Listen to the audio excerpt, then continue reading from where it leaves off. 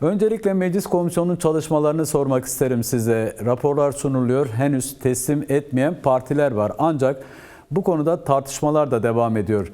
Raporlardan sonra komisyonun rapor hazırlama süreci nasıl işleyecek? Bir takvim var mı bildiğiniz? Zira zamana yayan bir tutum da devam ediyor. Evet, bu zamana yayan tutumdan rahatsız olduğumuzu hemen belirtmek istiyorum. Çünkü geçen hafta Salı günü raporların teslim tarihi verilmişti. Fakat sonra bir hafta daha bir süre tanındı. Bugün tüm partilerin raporlarını teslim etmesini bekliyoruz. Sonrasında da her partiden katılımla bir yazım ekibi, yani bu gelen raporların bir araya getirilmesi, mümkünse ortak başlıkların belirlenmesi ve bir ortak girizgahının raporun yapılması, tamamlanması, komisyonun onayından geçip ve meclise bir tavsiye rapor niteliğinde sunulması. Bu şimdiki etap. En öncelikli etap bu. Bunun bir an önce tamamlanması çok çok önemli. Zaten başlangıçta verilmiş olan süreye dair düşünürsek 31 Aralık itibariyle komisyon çalışmalarını tamamlanmış olacaktı. Dolayısıyla da önümüzdeki bir ya da bilemediniz 2 hafta içinde raporun meclis başkanlığına ve meclise sunulması bekleniyor. Peki değerli Temel, şimdi sürecin beklentisi yasal düzenlemeler. Siz de az önce bahsettiniz. Yani demokratik entegrasyon ve özgürlük yasaları. Önder Apo bunu barış yasaları olarak tanımladı. Bunun için de komisyonun genel kurula sunacağı rapor bu gündemi belirleyecek. Beklentiler neler ve gereklilikler neler? Bu konuda sizi dinliyoruz. Evet, şimdi her parti kendi penceresinden meseleye yaklaşan kendi raporunu hazırlıyor ve bunların bir araya getirilmesi var. Meclise sunulduktan sonra meclis bu raporu tabii ki bir tavsiye niteliğinde görecek ama barış yasalarının, başkanın dile getirilmiş olduğu barış yasalarının nasıl hayata geçeceği biraz meclisteki komisyonun, Adalet Komisyonu'ndaki tartışmalar ve Meclis Genel Kurulu'ndaki tartışmalarla biçimleneceğini biliyoruz. Zaten heyetimizin de şu an sürdürmekte olduğu istişareler, görüşmeler, parti ziyaretleri, en son başkanla olan görüşmelerine bağlı olarak bu barış yasaları kapsamında sürüyor. Bu yasaların ortaklaşarak hızlı bir şekilde, sağlıklı bir şekilde çıkartılması, hayata geçirilmesi büyük önem taşıyor. Nasıl bir yasa süreci olacak? Dediğimiz gibi bir kanun teklifi hazırlanacak her şeyden önce. Bu raporu da dikkate alan ve bütün bu gelişmeleri dikkate alan, özellikle başkanla yapılan müzakereyi dikkate alan bir yerden bir kanun teklifinin hazırlanması, bizim barış yasası dediğimiz, kimine göre geçiş yasası, kimine göre özel yasa, kimine göre kod yasa, farklı farklı isimlerle tanımlansa da bir kanun teklifinin hazırlanması. Bu kanun teklifi önümüzdeki öyle tahmin ediyoruz ki 1-2 ay içinde hazırlanıp ve yasallaşabilir. Ama bu kanun teklifinin nasıl olması gerektiği aslında bizim raporumuzda da belirttiğimiz bir hukuk politik akılla ele alınmalı ve demokratikleşme, barışın kalıcılaşması ve bütün bugünden geleceğe dair konuştuğumuz, olumlu anlamda konuştuğumuz her şeyin kapısını açabilecek bir ihtivaya, bir güce sahip olmalı. Her şeyi halleden değil ama o kapıyı açan, dolayısıyla da belli düzenlemelerle aslında bu barış sürecine, negatif barış sürecinden pozitif barış sürecine bir geçişi kolaylaştıran, bu konuda ön ayak olan bir kanun teklifine ihtiyaç var. Sayın Öcalan bu konuda buna barış yasası diyor ve buradan başlamak gerçekten en doğru bir başlangıç. Evet. Her zaman olduğu gibi çözüm üreten bir anlayışla meseleye yine yaklaştığını görüyoruz ve bu adımın atılması, bu kapının açılması çok çok kıymetli. Bütün çabamız bizim de bu yönde olacaktır. Peki çabamız demişken şöyle devam edelim isterseniz. Şimdi yasal adımların atılması, meclisin hukuki düzenleme yapması için DEM Parti olarak komisyona bir rapor sundunuz. Pratiğiniz bu raporla sınırlı kalacak mı? Nasıl bir strateji izleyeceksiniz? Tabii raporumuzu sunduk. Raporumuz siz de izlemişsinizdir. Bu konuda kamuoyunu da bilgilendirdik. Raporumuz tabii birçok başlığı içeriyor. Fakat dediğim gibi müzakere yürütüyoruz. Ortaklaşma önemli.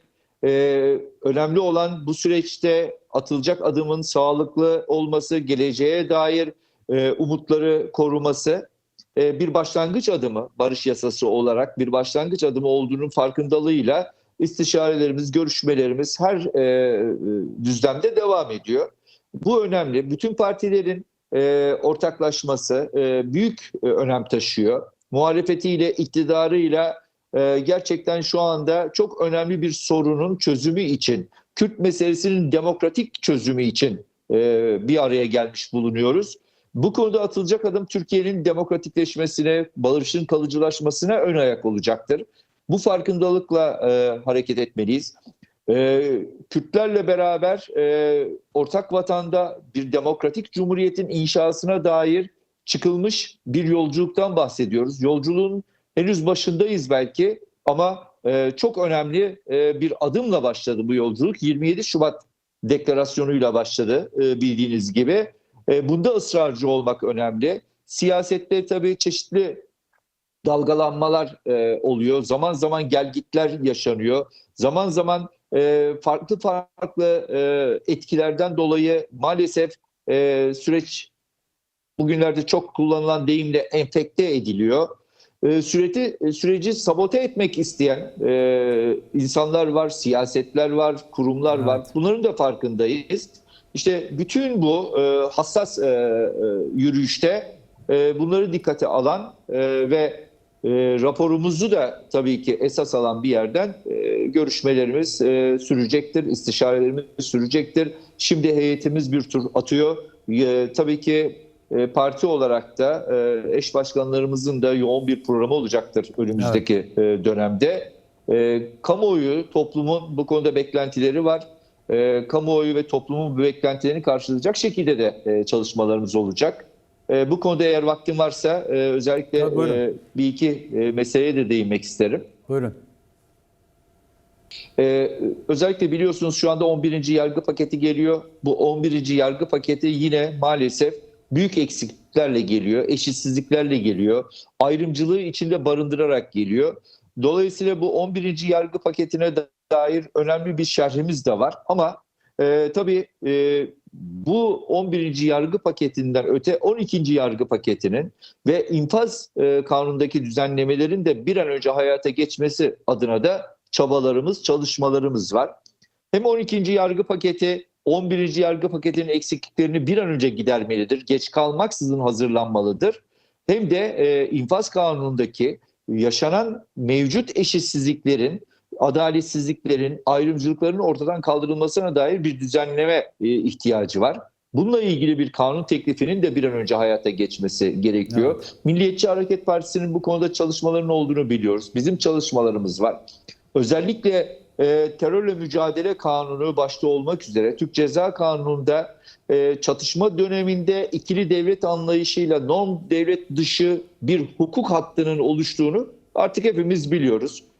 Sayın Öcalan da bunu defalarca dile getirdi. Bunlar kurtulmanın yolu, belki de ilk adımlarından biri bu anlamıyla infaz kanununda yapılacak olan değişiklikler olmalı. Bu konuda da yoğun bir çabamız ve çalışmamız var. Bunu da belirtmek isterim.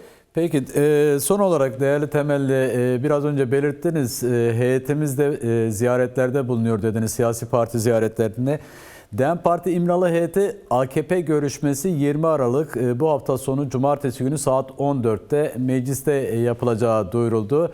Bugün de Gelecek Partisi Başkanı Ahmet Davutoğlu'yla bir görüşme gerçekleştirdi. Geçtiğimiz hafta da ziyaretleri vardı. Bundan sonra da süreci öngörülüyor.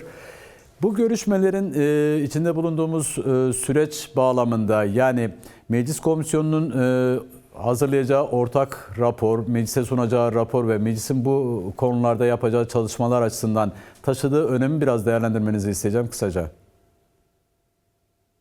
Evet, bu arada tabii görüşmeler Cumhuriyet Halk Partisi ile de yapılacaktı. Maalesef Şehzadeler Belediye Başkanı'nın vefatı nedeniyle Sayın Özgür Özel cenazeye katılacak diye ileri bir tarihe alındı. Umarım en kısa zamanda o görüşme de olacak. Belki cumartesi günü bu görüşme de olabilir. Henüz kesin bir şey yok randevuya bağlı olarak.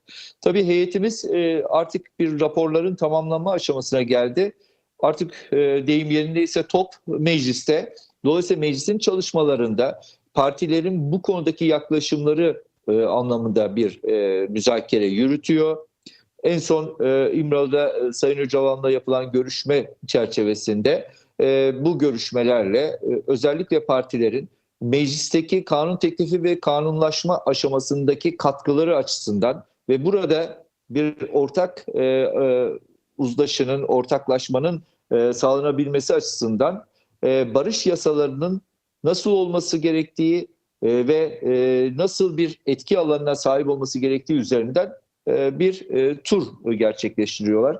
Belki sonrasında bu kanun teklifinin hazırlanması, kanunun meclis komisyonunda bu teklifin ele alınması ve genel kurula gelme aşamalarında da bu tür istişarelere ihtiyaç olabilir.